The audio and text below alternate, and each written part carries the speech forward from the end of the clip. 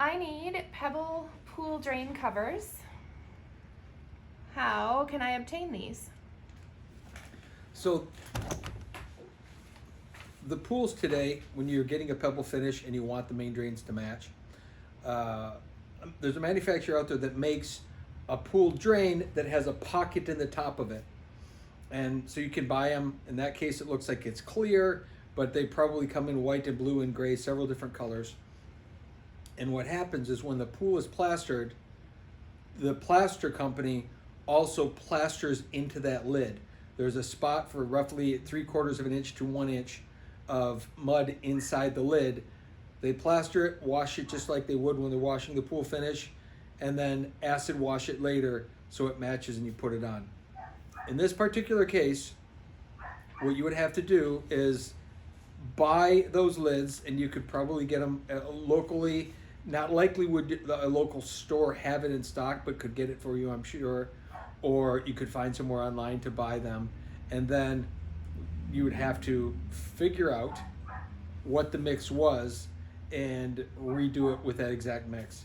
Or you could do something else and get creative and make the lids something other than that exact plaster finish. But short of going out and doing the homework yourself and making them, there's nothing on the market that's pre-made. If you want it simple and easy, you would probably just want to get replacement lids, maybe get them in a color, a dark blue or a black or a gray, and just replace it with that. And then instead of having that main drain that disappears completely because of the Pebble match, you'd have a little bit of a different look, but that would be the easiest way.